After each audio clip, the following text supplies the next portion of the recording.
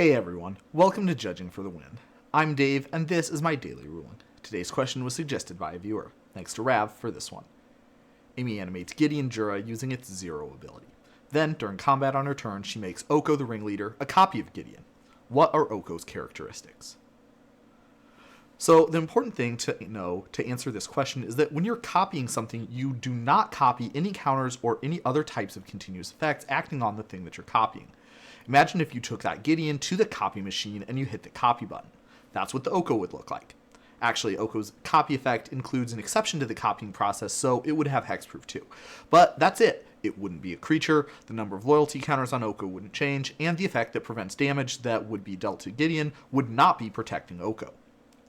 The Oko would look just like a normal, unanimated Gideon, and that's what its characteristics would be. Well, that raises kind of an interesting question though. If you did this, would the Oko be able to activate Gideon's loyalty abilities? This could be useful if you wanted to attack for 6 and also destroy a tapped creature, for example. Longtime viewers might remember that if another permanent somehow manages to acquire a Planeswalker's loyalty abilities, that permanent can still activate them, even if it isn't a Planeswalker itself. Unfortunately, the way the rule around loyalty abilities is worded, you cannot activate 2 loyalty abilities on the same permanent in the same turn, even if that permanent loses all its original loyalty abilities and gets a slate of new ones.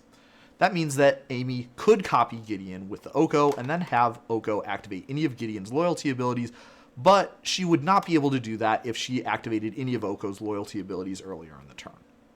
And that's all I have for you today. How did you do? Join me again next time for another daily ruling. Until then, I hope you have a great day.